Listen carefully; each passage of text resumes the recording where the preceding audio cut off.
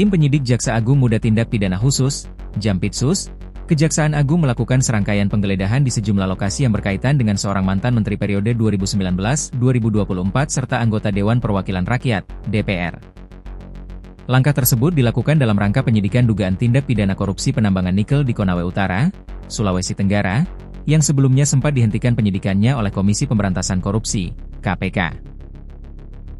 Berdasarkan informasi yang diterima Republika dari sumber di lingkungan Kejaksaan Agung, penggeledahan pertama dilakukan pada Rabu, 28 Januari 2026, malam.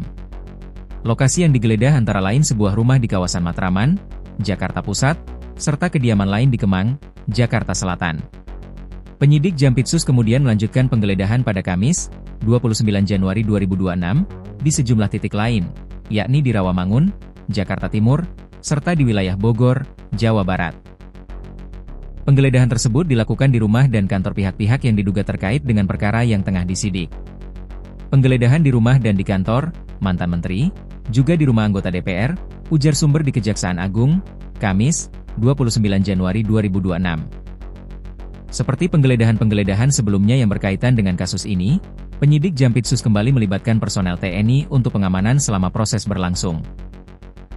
Keterlibatan aparat TNI disebut sebagai bagian dari prosedur pengamanan dalam penanganan perkara berskala besar. Sebelum penggeledahan di kediaman mantan menteri dan anggota DPR, tim Jampitsus juga sempat melakukan penggeledahan di Kementerian Lingkungan Hidup dan Kehutanan, Kemen LHK, pada Rabu, 7 Januari 2026. Saat itu, penggeledahan juga dilakukan dengan pengawalan personel TNI. Dari pantauan Republika, penyidik membawa sejumlah barang yang dikemas dalam beberapa kontainer. Namun, Kepala Pusat Penerangan dan Hukum, Kapus Penkum, Kejaksaan Agung Anang Supriyatna menjelaskan bahwa kehadiran penyidik Jampitsus di Kemen LHK saat itu bertujuan untuk melakukan pencocokan data.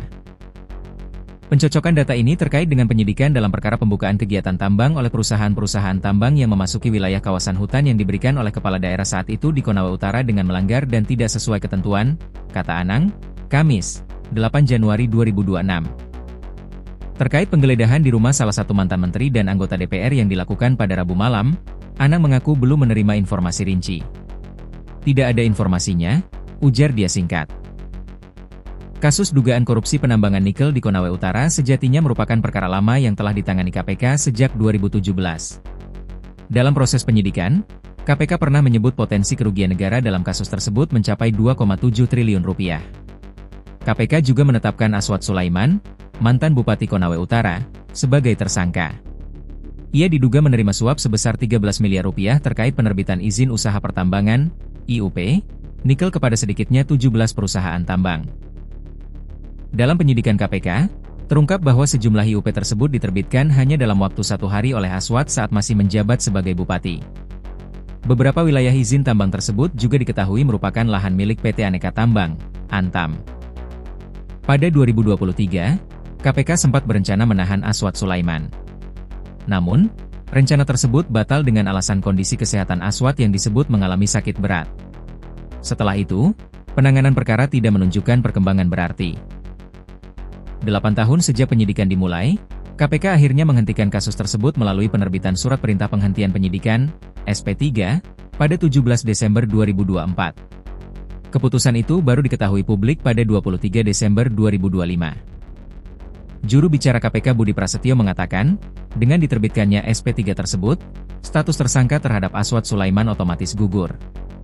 Dengan diterbitkan SP3 penghentian penyidikan, maka kemudian status tersangkanya juga menjadi gugur, ujar Budi.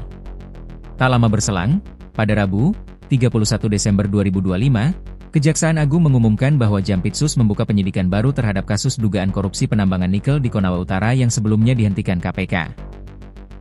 Kapus Penkum Kejagung Anang Supriyatna menjelaskan bahwa penyidikan oleh Jampitsus sejatinya telah dimulai sejak Agustus-September 2025. Tim Gedung Bundar sudah melakukan penyidikan dalam perkara dugaan tindak pidana korupsi di sektor pertambangan nikel di Konawe Utara di Sulawesi Tenggara, kata Anang. Dalam pengembangan penyidikan, Jampitsus menemukan dugaan keterlibatan mantan kepala daerah dalam penerbitan IUP kepada sedikitnya 17 perusahaan tambang nikel. Aktivitas pertambangan tersebut juga diduga memasuki kawasan hutan lindung. Sementara itu, Jampitsus Febri Adriansyah membenarkan adanya penggeledahan di rumah dan kantor mantan Menteri Lingkungan Hidup dan Kehutanan Siti Nurbaya Bakar. Benar, ujar Febrie kepada Republika, Jumat, 30 Januari 2026. Namun, Febrie menegaskan bahwa penggeledahan tersebut berkaitan dengan dugaan korupsi di Kementerian Kehutanan dan bukan perkara tambang nikel Konawe Utara. Bukan perkara tambang Konawe, kata Febrie, seraya meminta agar penjelasan lebih rinci ditanyakan kepada Direktur Penyidikan Jampitsus. Hingga berita ini diturunkan, Direktur Penyidikan Jampitsus belum memberikan tanggapan. Republika juga telah berupaya menghubungi Siti Nurbaya Bakar melalui nomor telepon yang pernah aktif semasa menjabat, namun belum memperoleh respons.